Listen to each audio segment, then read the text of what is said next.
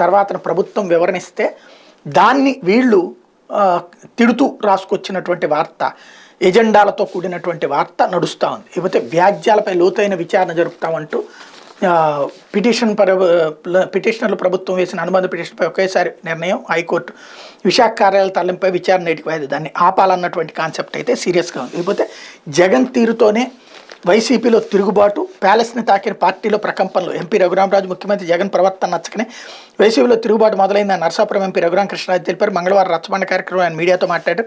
తనకు తానే గొప్ప వ్యక్తిగా మహానుభావుడు ఊహించుకుంటూ ఎమ్మెల్యేలు పనికిరారన్నట్టుగా వారిని తీసేస్తున్నాం, వీరిని మార్చేస్తున్నాం అంటే ఎవరు మాత్రం సహిస్తారు? జగన్ పార్టీ పెట్టకముందే 3-4 సార్లు ఎమ్మెల్యేలుగా ఎన్నికైన వాళ్ళు, మంత్రులుగా చేసిన వాళ్ళు ఉన్నారు.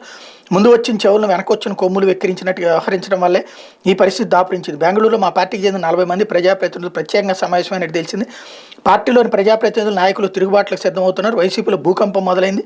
ఇప్పుడు ప్రతి ఒక్కరిని బతిమాలే పరిస్థితి జగన్కి దాపురించింది. ఈ ప్రకంపనల ప్యాలెస్ కూడా తాకాయి అంటూ రఘురామ్ అన్నారు అన్నటువంటి వార్తని ఇక్కడ ప్రధానంగా హైలైట్ చేశారు.